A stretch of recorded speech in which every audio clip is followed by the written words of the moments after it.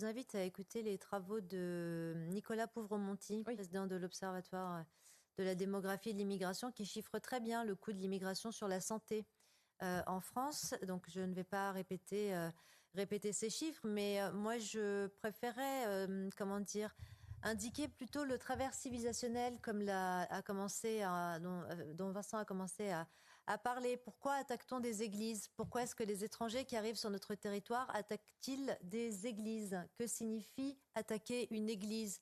Et pourquoi le silence médiatique?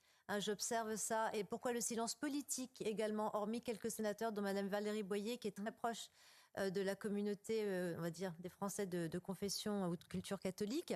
Personne ne parle de ce qui se passe concernant les catholiques en France dans les médias. Il y a finalement une sorte d'omerta à ce sujet. Pourquoi? Parce que c'est finalement dynamiter le récit dominant qui est entrepris par des ingénieurs du vivre ensemble depuis 40 ans, dont on voit les effets désastreux aujourd'hui. Ne pas montrer le réel, ne pas l'indiquer, ne pas voir ce qui crève les yeux, l'effondrement des frontières, le déracinement, l'attaque à nos valeurs, la perte du contrôle migratoire, l'ensauvagement du quotidien, etc., etc.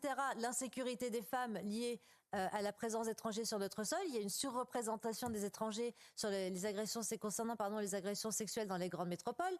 Le narcotrafic qui est lié également par une surreprésentation des étrangers ou des Français d'origine étrangère en France. Il y a tous ces épiphénomènes qui sont, si vous voulez, additionnés et qui montrent une réalité qu'on ne veut surtout pas nommer, c'est-à-dire l'effondrement de notre civilisation petit à petit.